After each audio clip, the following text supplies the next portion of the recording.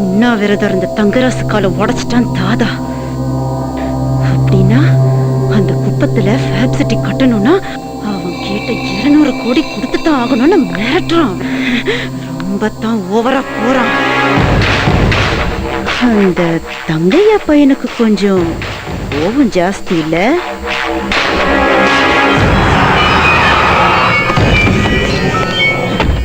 ஏய், எங்க அப்பா பத்தி தப்பு தப்பா பேசுறியா? அப்படி பேசல.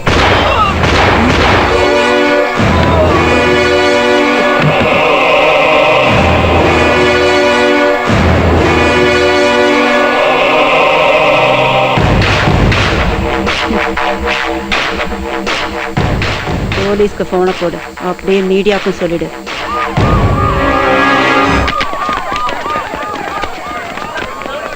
நார்மலா கை வைக்கிறேன். ஒருடே பிள்ளைக்கு ஒரு சட்டம், பொதுமக்கள் ஒரு சட்டம் கிடையாது. தப்பு பண்ணதான் சொல்லல, அரெஸ்ட் பண்ணிக்கடே. ஓட்ட நான் பாத்துக்கிறேன். நீ போடே. அப்பா நான் போக மாட்டேன். படம் எடுத்துக்கானுவா, பேசாம போ, நான் பாத்துக்கிறேன். சொல்லல போடே.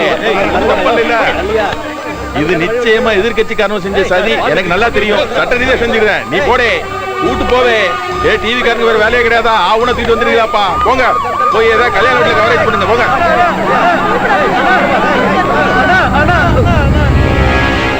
யோ லாயரு, மத்தியான சாப்பாட்டுக்கு என் பிள்ளை வீட்டுல இருக்கணும். Okay sir.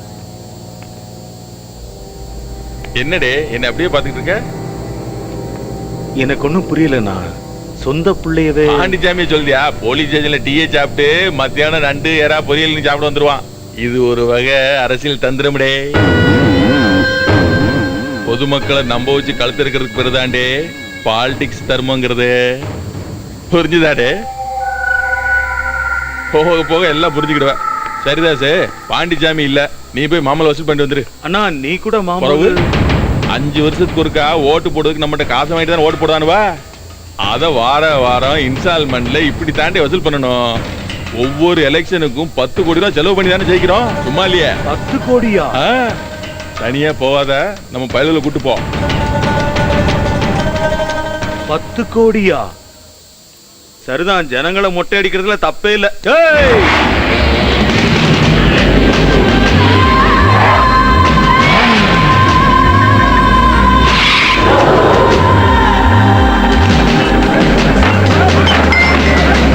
என்னடா மரியாதை சொன்னா கேட்க மாட்டியா? பணத்தை போடுறா பாடி. ஐயோ பணம்.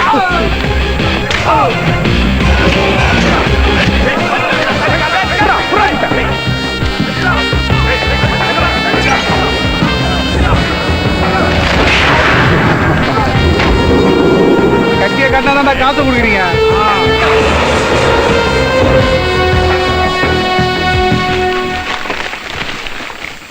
இல்ல தம்பி, 2 மூட்டையா கட்டுடே. 1 கட்சி நிதிக்கு, இன்னொன்னு நமக்கு. இந்த பணம் உனக்கு. அண்ணா இவ்வளவு பணம் எதுக்குண்ணா? அண்ணா எனக்கு ஹீரோ சான்ஸ் வாங்கி தரேன்னு சொன்னீங்கல்ல, அதை செய்யுங்கண்ணா. நானே பணம் சம்பாதிச்சுக்கிறேன். சினிமால என்னத்தடா கிழிக்க போற? கிட்டானா ஹீரோவா இருப்ப, இல்லைன்னா ஒருத்தனை செய்யாம அனாதை அனுப்ப. இப்பெல்லாம் ஒரு படம் நடிச்சவன் கூட அடுத்த முதல்வர்னு அரசியலுக்கு தான் வராமடே. எதுக்குன்னு தெரியுமா? பவரோட சேர்த்து பைசாவும் இங்கதான்லே கிடைக்கும். இந்த பாரு, என் பேரன் வளர்ந்த பிறகு நம்ம கட்சியில இளைஞரணி தலைவராக்குவேன். கட்ட பஞ்சாயத்துல காசு பார்க்கலாம், தெரு தெருக்கு கட் அவுட் வைப்பானுவா. நீ ரோட்ல போகும்போது உன்னை அரெஸ்ட் பண்ண போலீஸ்காரனுவ உனக்கு குனிஞ்சு சலாம் போடுவானுங்க. என்னைய நான் சொல்லுது, வாங்க ஐயா வாங்க ஐயா, ஐயா ஐயா வாங்க ஐயா ஐயா. உனக்கு நேரம் நல்லா இருந்துச்சுன்னா நீ எம்எல்ஏ கூட ஆகல. என்னைய மாதிரி சொல்ல முடியாது. யார் தலையில என்ன எழுதிட்டு யாரு கண்டா?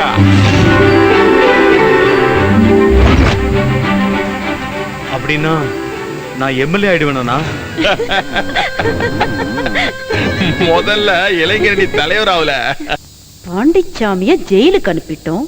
அந்த தங்கையா அடங்கிட்டான் நினைச்சிட்டு இருக்கையில இடையில இந்த தாஸ் யாருடா? அந்த தங்கராசை அடிச்சது கூட அவன் தான் மேடம். அவனை சீக்கிரத்துல இளைஞரணி தலைவர் ஆக்க போறாங்களாம். நாளைக்கு காந்தி பார்க்ல எல்லா கட்சிக்காரங்களும் ஒன்னா சேர்ந்து பாத யாத்திரை போறாங்களா மேடம்? அவங்கள தடை பண்றதுக்கு தாஸ் அனுப்புறாங்களா மேடம்? Correct chance. நீங்களும் ஒரு கட்சி கொடியை எடுத்துக்கிட்டு அந்த கும்பலோட கும்பலா சேர்ந்துருங்க. அந்த தாச வெறுப்பேத்துங்க. சந்தர்ப்பம் கிடைக்கிறப்போ அவனை போட்டு தள்ளுங்க. மற்ற விஷயத்த நான் பாத்துக்கிறேன்.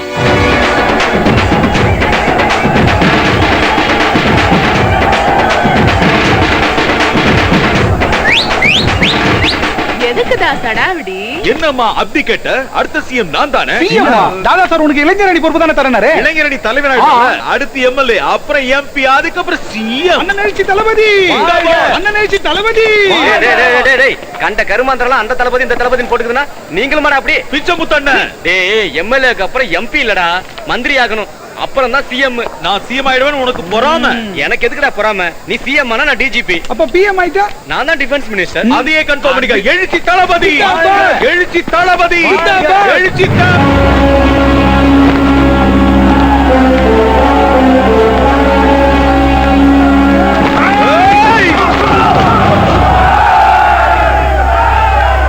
காந்தி மேல உங்க கட்சி கொடிய போத்த விட மாட்டேன். அத கேட்க நீ யாரா? காந்தி என்ன உங்க குடும்ப சொத்தா? வெட்டி பேச்சு என்கிட்ட வேணாம். 2 நாளைக்கு முன்னாடி தான் அரசியலுக்கு வந்தவனி. நாங்க காலங்காலமா காந்தி மேல எங்க கொடியை கட்டிக்கிட்டு இருக்கோம். பழைய கதையெல்லாம் பேசாத. இன்னையில இருந்து காந்தி எங்களுக்கு மட்டும்தான்.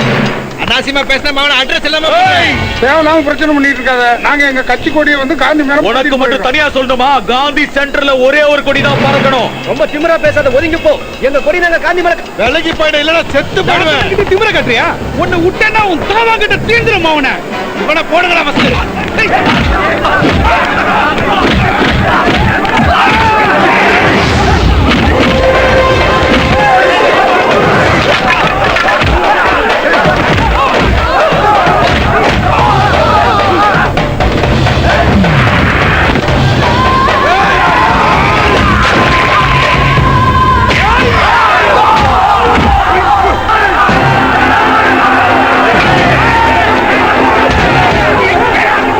உயிரோட போக கூடாது.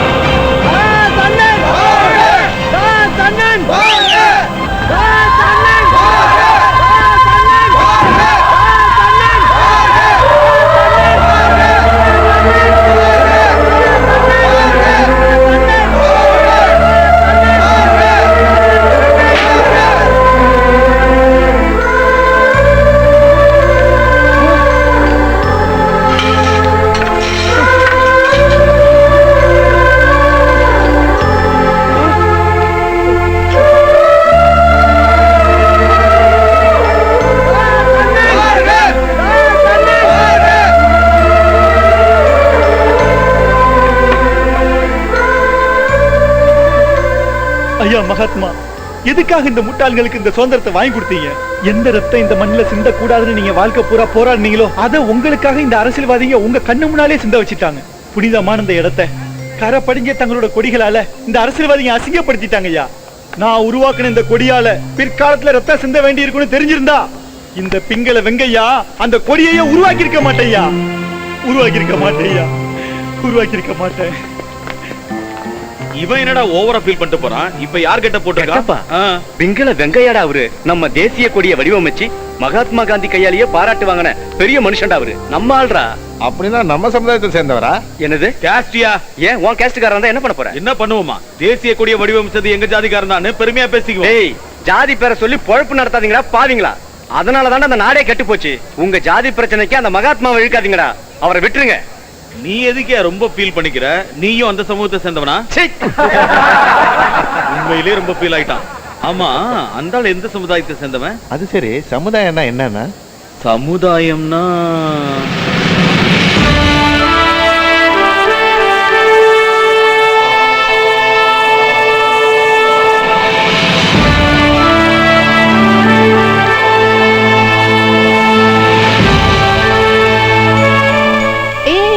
காந்தியை யாரும் மறைக்க கூடாது. Okay, right. உங்களை நீங்களே தான் காப்பாத்திக்கணும் காந்தி. ஓகே, புரியுதா? இந்த மொட்டை சூப்பரா இருக்கானே. ஏய், தப்பு. சாரி சொல்லு. சாரி. எனக்கு இல்ல, காந்திக்கு. காந்தி தாத்தா சாரி. இது வரைக்கும் நான் யாருக்கிட்டயுமே சாரி சொன்னது இல்ல. எதுக்கு அர்ஜென்ட்டா வர சொன்ன? இப்ப வந்துடுறேன். காந்திக்கு சாரி எதுக்கு சொல்ல வச்சேன் தெரியுமா? காலையில காந்தி சிலைக்கு பக்கத்துல நடந்த சண்டைக்காக தானே. அப்பா, இந்த ஷார்ட்னஸ் வேற ஏதாவது நல்ல விஷயத்துக்கு பயன்படுத்தினா உருப்படுவேன். மறுபடியும் ஆரம்பிச்சிட்ட. எப்பவும் பிச்சை முத்தண்ண ஒண்ணு சொல்லுவாரு, பொண்ணுங்களை தூரத்துல இருந்து பார்த்தா பூ மாதிரி இருப்பாளுங்க, பக்கத்துல போனா முள்ளு மாதிரி குத்துவாளுங்க. சரி, என்ன விட்டு. அப்படிதான் சொல்வேன். உன்னோட சேர்ந்து இருக்க முடியாது, நீ இல்லாமலும் இருக்க முடியாது. இது ஒண்ணும் குறைச்சல் இல்ல. அது இல்லடா செல்லம், தங்கையா என்ன இளைஞரணி தலைவராக்குறேன்னு சொல்லியிருக்காரு. அதுக்காக தான் இந்த அடிதடி எல்லாம். இன்னைக்கு சாயங்காலம் தங்கையாவுக்கு எம்எல்ஏ சீட் கொடுக்குறாங்க. அவர் எம்எல்ஏ ஆயிட்டாருன்னா நான் இளைஞரணி தலைவர்